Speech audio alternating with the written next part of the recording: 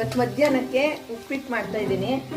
ಅದಕ್ಕೆ ಮುಂಚೆ ಎಣ್ಣೆ ಹಾಕಿದ್ದೀನಲ್ಲ, ಅದರಲ್ಲಿ ಸಂಡಿಗೆ ಕರಿತಾ ಇದ್ದೀನಿ ಮಕ್ಕಳಿಗೆ ಸ್ವಲ್ಪ. ಆ ಕಡೆ ಕೇಸರಿ ಬಾತಿಗೆ ದ್ರಾಕ್ಷಿ ಗೋಡಂಬಿ ಕರೆದಿಟ್ಟಿದ್ದೀನಿ.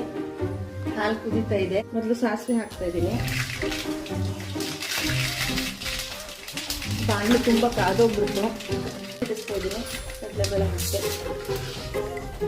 ಸ್ವಲ್ಪ ಕಡಲೆಬೇಳೆ ಜಾಸ್ತಿ ಹಾಕ್ತಿದ್ದೀನಿ.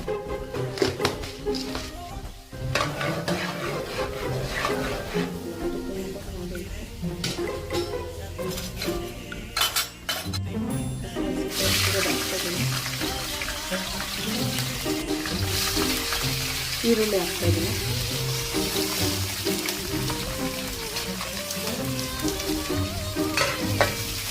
ಅರ್ಜೆಂಟಿಂಗ್ ಇಟ್ಬಿಟ್ಟಿದ್ದೀನಿ.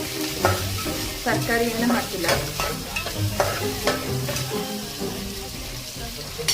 ನಾನು ಕೇಸರಿ ಪೌಡರ್ ಬದಲು ಅಮ್ಮ ಮಾಡಿಕೊಟ್ರೆ ಮನೆ ಅರಿಶಿನ ಪುಡಿ ಹಾಕ್ತಾ ಇದ್ದೀನಿ. ಸ್ವಲ್ಪ ಕೇಸರಿ ಯೂಸ್ ಮಾಡಲ್ಲ ನಾನು, ಚಿಟಿಕೆ ಅರಿಶಿನ ಪುಡಿ ಹಾಕಿದ್ದೀನಿ ಅಷ್ಟೇ. ಅದಕ್ಕೆ ಸಕ್ಕರೆ ಹಾಕ್ಕೊಬಾರ್ದು. ಹಾಲು ಕುದೀತಾ ಇದೆ. ಇವಾಗ ರವೆ ಹಾಕ್ತೀನಿ ಸ್ವಲ್ಪ.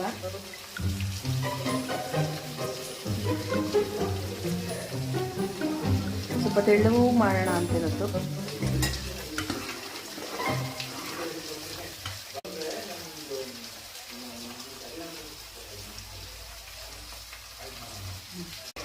ಇದನ್ನೇನು ಮಾಡ್ಬೇಕಂದ್ರೆ ಇವಾಗ ಸಿಮ್ ಮಾಡಿಬಿಟ್ಟು ಸಕ್ಕರೆ ಹಾಕಬಾರ್ದು. ಮೊದಲನೇ ಕೇಸರಿ ಬಾತಿಗೆ ಸ್ವಲ್ಪ ಸಿಮ್ ಮಾಡಿಬಿಟ್ಟು ಒಂದು 5 ನಿಮಿಷ ಮುಚ್ಚಿಡ್ತೀನಿ. ಇವಾಗ ಪ್ಲೇಟ್ ಮುಚ್ಚಿಟ್ಟು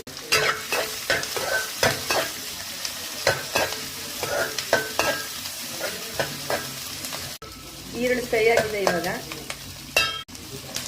ನೋಡಿ, ಗ್ಲಾಸ್ ಅಂತ ಹಾಕಲ್ಲ, ಹಂಗೆ ನೀವು ಹಾಕ್ತೀನಿ.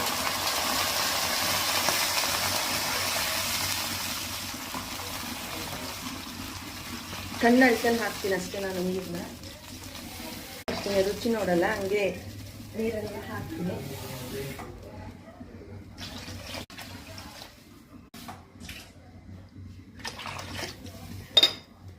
ಇಷ್ಟು ರವೆಗೆ ಇಷ್ಟು ನೀರು ಬೇಕು ಅಂತ ಕಣ್ಣಳ್ಕಲ್ಲಿ ಹಾಕಿದ್ದೀನಿ.